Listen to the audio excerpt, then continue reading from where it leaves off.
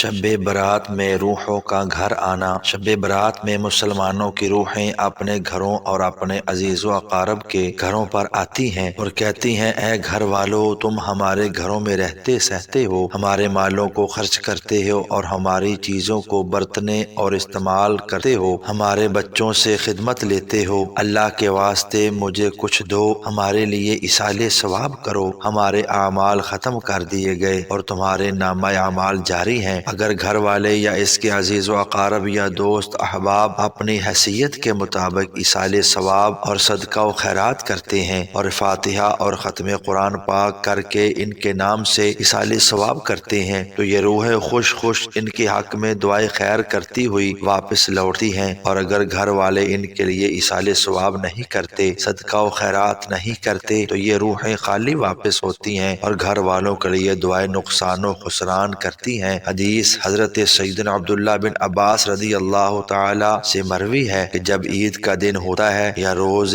عاشوراء یا رجب کا پہلا جمعہ یا شعبان کی 15ویں رات یا جمعہ کی رات تو روحیں اپنی اپنی قبروں سے نکلتی ہیں اور اپنے گھروں کے دروازوں پر آ کر بیٹھ جاتی ہیں اور کہتی ہیں کہ اے گھر والو، ہمارے اوپر رحم و مہربانی کرو، آج کی رات ہمارے لیے صدقہ و خیرات کرو، اگرچہ ایک نوالا روٹی ہی کا صدقہ کیوں نہ ہو، کیونکہ ہم صدقہ و خیرات اور ایصال ثواب کے محتاج ہیں۔ بس اگر وہ روحیں کچھ نہیں پاتی، یعنی گھر والے فاتحہ درود کچھ نہیں کرتے، تو وہ روحیں حسرت و ناامیدی کے ساتھ واپس لوٹ جاتی ہیں۔ اب جن لوگوں کی مرضی ہو صدقہ و خیرات کرے، ایصال ثواب کرے، فاتحہ دلائے اور اپنے مرے ہووں کو خوش خوش واپس کرے، اور جن لوگوں کی مرضی ہو وہ اپنے مرے ہووں کو اپنے دروازے سے نا امید واپس کرے۔ ایسی اچھی اور سبق آموز ویڈیوز دیکھنے کے لیے چینل کو سبسکرائب ضرور کیجیے گا۔ اللہ حافظ۔